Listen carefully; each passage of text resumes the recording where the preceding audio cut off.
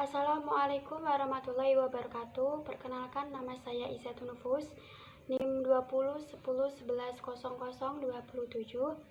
Di sini saya akan mempresentasikan hasil diskusi dari kelompok kami, yaitu kelompok 6, mata kuliah Islam Budaya Lokal, pengampu Ibu Maisyannah MPDI, yang berjudul Pluralitas dan Pluralisme Agama di Indonesia.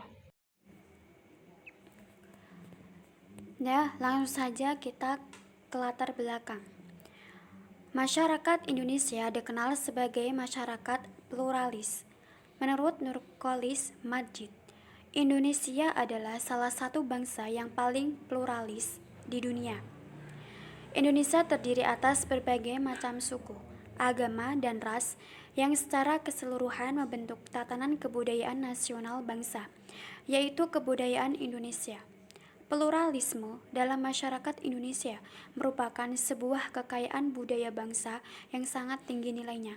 Tetapi, ada sebuah ekses yang muncul dalam masyarakat yang sifatnya plural, yaitu seringkali tumbuh perbedaan-perbedaan yang memunculkan potensi-potensi ke arah konflik. Jadi, apa saja sih masalah yang akan dibahas dalam materi kali ini?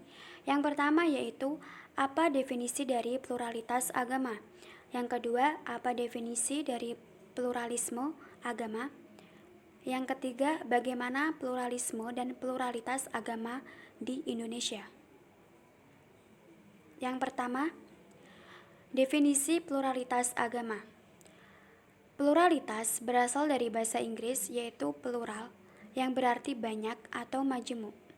Dalam beberapa kamus bahasa Inggris, paling tidak ada 3 pengertian. Yang pertama, pengertian kegerejaan, sebutan untuk orang yang memegang lebih dari satu jabatan dalam struktur kegerejaan. Memegang 2 jabatan atau lebih secara bersamaan, baik bersifat kegerejaan maupun non-kegerejaan. Yang kedua yaitu pengertian filosofis, sistem pemikiran yang tidak hanya berlandaskan pada satu hal.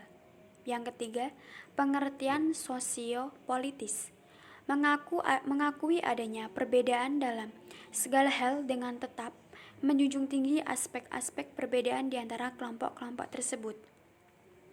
Atau bisa disimpulkan bahwa pluralitas agama adalah bahwa pluralitas suatu keragaman agama yang terkumpul dalam suatu masyarakat tertentu.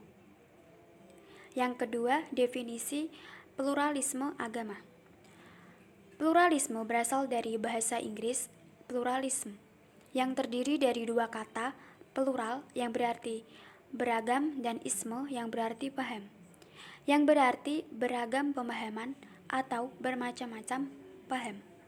Pluralisme agama adalah sebuah konsep yang mempunyai makna yang luas, berkaitan dengan penerimaan terhadap agama-agama yang berbeda, dan dipergunakan dalam cara yang berlainan-lainan pula. Sebagai pandangan dunia yang menyatakan bahwa agama seorang bukanlah sumber satu-satunya yang eksklusif bagi kebenaran.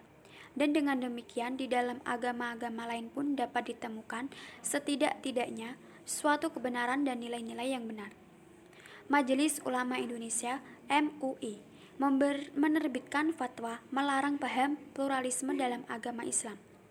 Dalam fatwa tersebut, pluralisme didefinisikan sebagai suatu paham yang mengajarkan bahwa semua agama adalah sama, dan karenanya kebenaran setiap agama adalah relatif. Oleh sebab itu, setiap pemeluk agama tidak boleh mengklaim bahwa hanya agamanya saja yang benar, sedangkan agama yang lain salah.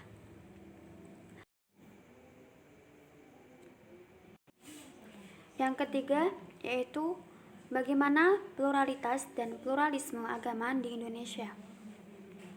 Seperti yang diketahui bahwa Indonesia terdiri dari berbagai suku, ras, agama, dan kebudayaan. Seperti moto negara-negara kita, Bhinneka Tunggal Ika, yang artinya berbeda-beda tetapi tetap satu.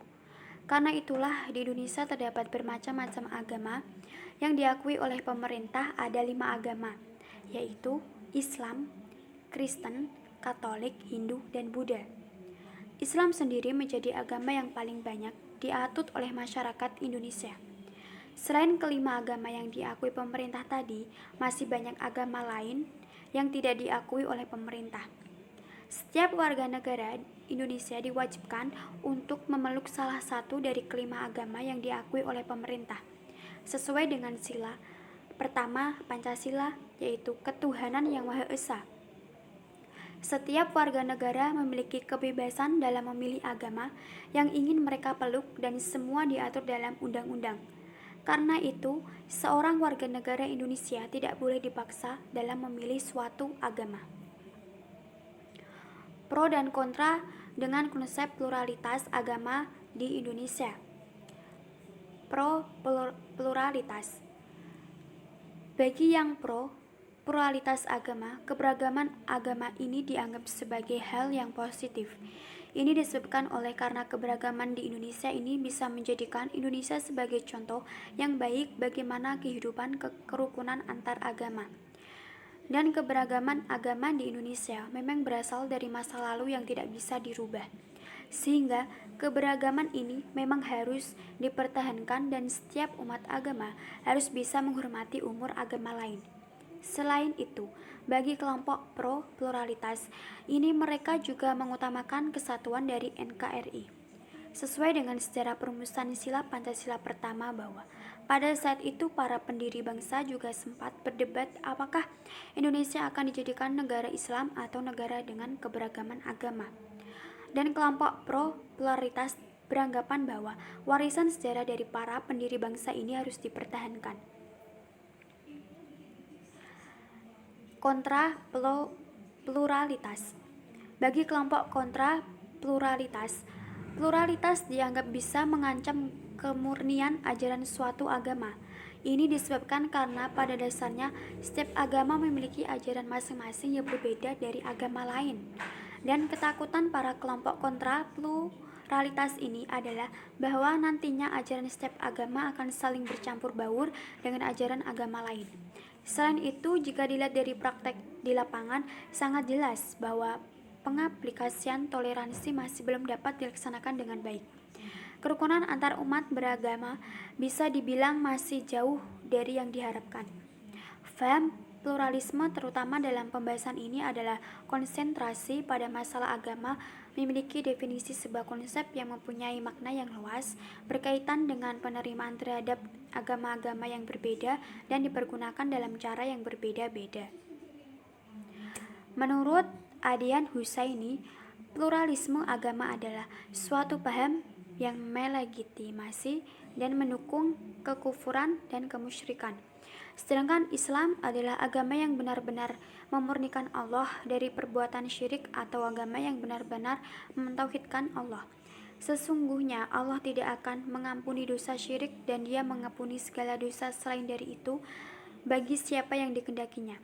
Barang siapa yang menyekutukan Allah, maka sungguh ia telah melakukan dosa yang sangat besar. Quran Surat An-Nisa ayat 48.